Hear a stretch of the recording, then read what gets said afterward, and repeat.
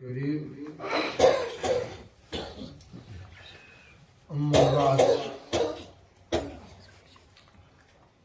أعوذ بالله من الشيطان الرجيم. بسم الله الرحمن الرحيم.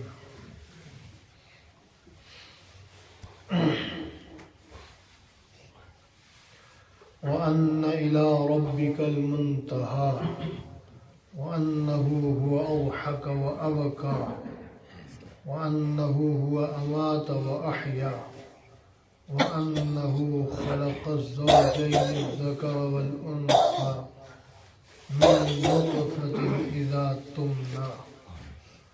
صدق الله العظيم.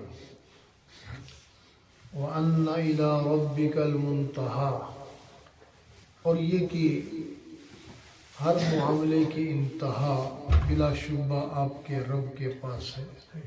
وَأَنَّهُ هُوَ أَضْحَكَ وَأَبْكَى، اور یہ کہ وہی یعنی اللہ ہی ہے جو ہنساتا ہے اور رلاتا ہے. وَأَنَّهُ هُوَ أَمَاتَ وَأَحْيَا، اور وہی اللہ ہی ہے جو موت دیتا ہے اور زندگی عطا فرماتا ہے، مارتا اور زندہ کرتا ہے. وَأَنَّهُ خَلَقَ الزَّوْجَيْنِ الذَّكَرَ وَالْأُنثَى، اور اسی اللہ نے ہی جوڑے پیدا فرمائے ہیں، مؤنث اور مذکر، مرد اور عورت کے جوڑے. من نطفة اذا تمنى، نطفے سے کہ جب وہ نطفہ رحم میں ڈال جاتا ہے. ان آیات مبارکہ کا تعلق بھی گزشتہ مضمون اور گزشتہ آیات کے ساتھ ہے.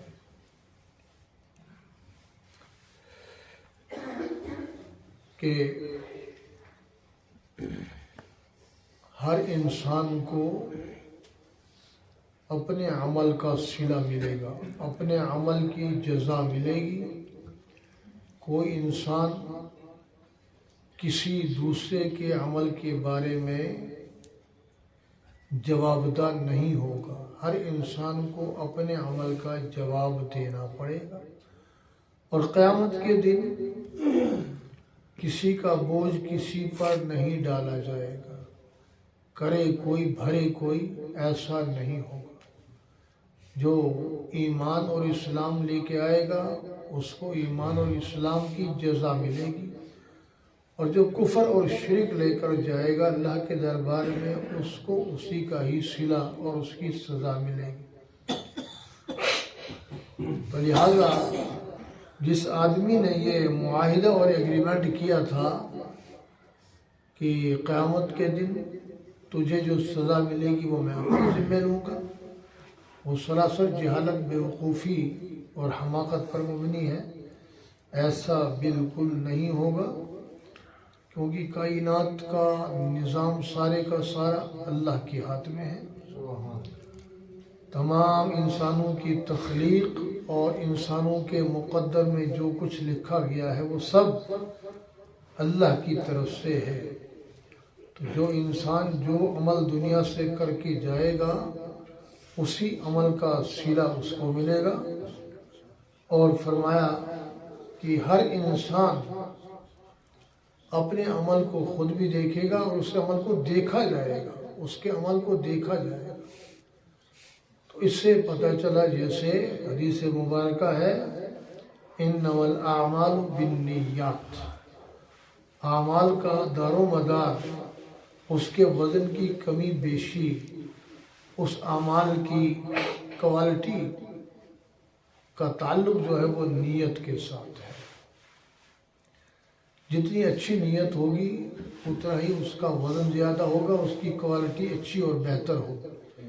جتنی نیت کھوٹی ہوگی اتنا ہی وہ مال بیکار ہوگا. گویا کہ یہ نیت جو ہے وہ کوالٹی ہے. اس کی نیت کو بھی چیک کیا جائے گا، اس کے اعمال کو بھی چیک کیا جائے گا. نیت تو ٹھیک ہے، عمل غلط ہے تو نیت کا اجر تو ملے گا، مگر غلط عمل کی جس سزا ملے گی. نیت بھی صحیح ہونی چاہیے اور عمل بھی ٹھیک ہونا چاہیے.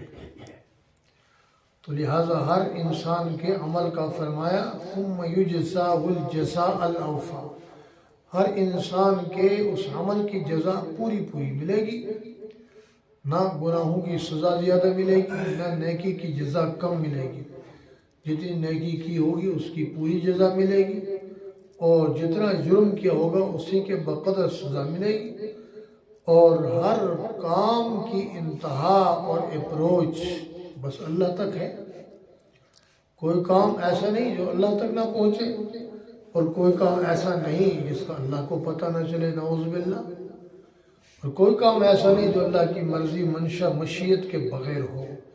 اس لیے وَأَنَّ إِلَىٰ رَبِّكَ الْمُنْتَهَىٰ، ہر کام، ہر چیز، ہر بات کی انتہا تیرے رب کے پاس ہے۔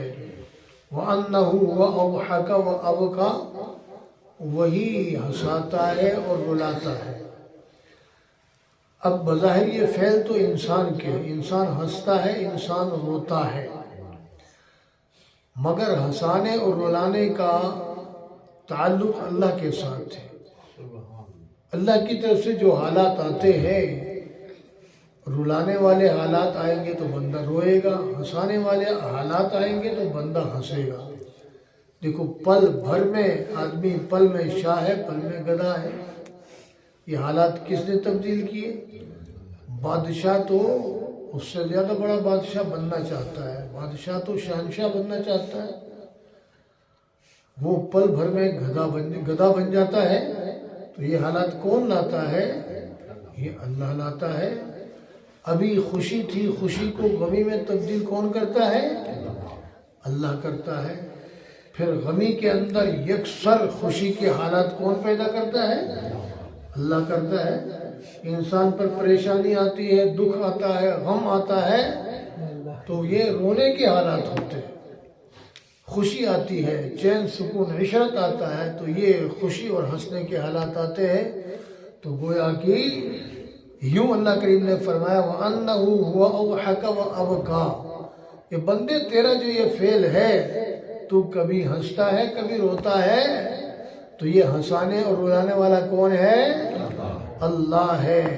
اللہ حالات ایسے پیدا کرتا ہے، ایسا فعل صادر ہوتا ہے جس کی بنا پر ایک دم خوشی غم میں تبدیل، غمی خوشی میں تبدیل، اور تونگری غربت میں تبدیل، غربت مالداری میں عیش و عشرت میں تبدیل، پل میں شاہ پل میں گدھا، کبھی کچھ تھا کبھی کچھ تھا، کبھی دن کبھی رات، کبھی دھوپ کبھی چھاؤں، کبھی سردی کبھی گرمی، کبھی صبح کبھی شام۔ یہ حالات کون لاتا ہے؟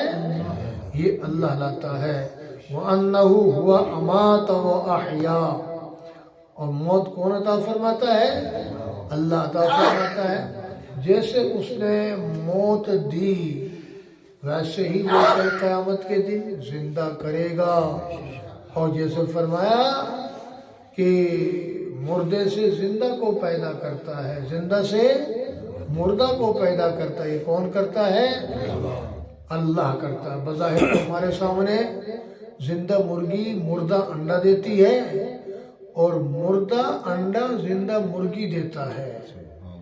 یہ کس کی قدرت، کس کی شان ہے؟ اور پھر مٹی، جس مٹی سے انسان بنا ہے، مٹی میں جان کہاں تھی؟ مٹی بھی بے جان، پانی بھی بے جان، آگ بھی بے جان، دھوپ بھی بے جان، یہ جتنے بھی اجزاء سے انسان بنا ہے، آگ، مٹی، ہوا اور پانی سب بے جان ہے۔ ان بے جانوں سے اللہ نے زندہ اور جاندار آدم پیدا فرمایا، اور اس کے بے جان نطفے سے، اسی آدم اور حوا کے بے جان نطفے سے ان کی نسل چلائی، اور ساری کائنات کو اللہ نے ان کی نسل سے بھر دی۔ بے حساب و کتاب کھربوں آئے اور آئیں گے، آئے گئے، آئیں گے جائیں گے، یہ سب مردہ نطفے سے پیدا ہوتے زندہ، اور پھر یہی زندہ چلتا پھرتا انسان پل بھر میں مردہ ہے۔ پھر قیامت کے دن اسی طرح اللہ کریم نے سب کو زندہ فرمائیں گے۔ تو أَنَّهُ خَلَقَ الزَّوْجَيْنِ الذَّكَرَ وَالْأُنْثَىٰ مِن نُطْفَةٍ إِذَا تُمْنَىٰ، وہی تذکرہ آ گیا اسی مردہ نطفے سے جب یہ نطفے آپس میں مل جاتے ہیں، مرد کا نطفہ عورت کے رحم میں جاتا ہے، عورت کا نطفہ بیضہ اس میں شامل ہو جاتا ہے، تو پھر اس نطفے سے جوڑے نکلتے ہیں، مرد اور عورت۔ اللہ جس کو چاہتا ہے مؤنث بناتا ہے، جس کو چاہتا ہے مذکر بناتا ہے، تو یہ سارے کا سارا نظام قدرت اللہ کا ہے۔ تو اس لیے وَأَنَّ إِلَىٰ رَبِّكَ الْمُنْتَهَىٰ، تو ہر چیز کی انتہا تیرے رب کی طرف ہے کہ نہیں ہے؟ تو اس لیے ہر معاملے کو اسی کی مرضی اور منشا کے مطابق انجام دینا چاہیے، اور بہتر سے بہتر عمل کی کوشش کر کے نتیجہ اسی پر چھوڑ دینا چاہیے۔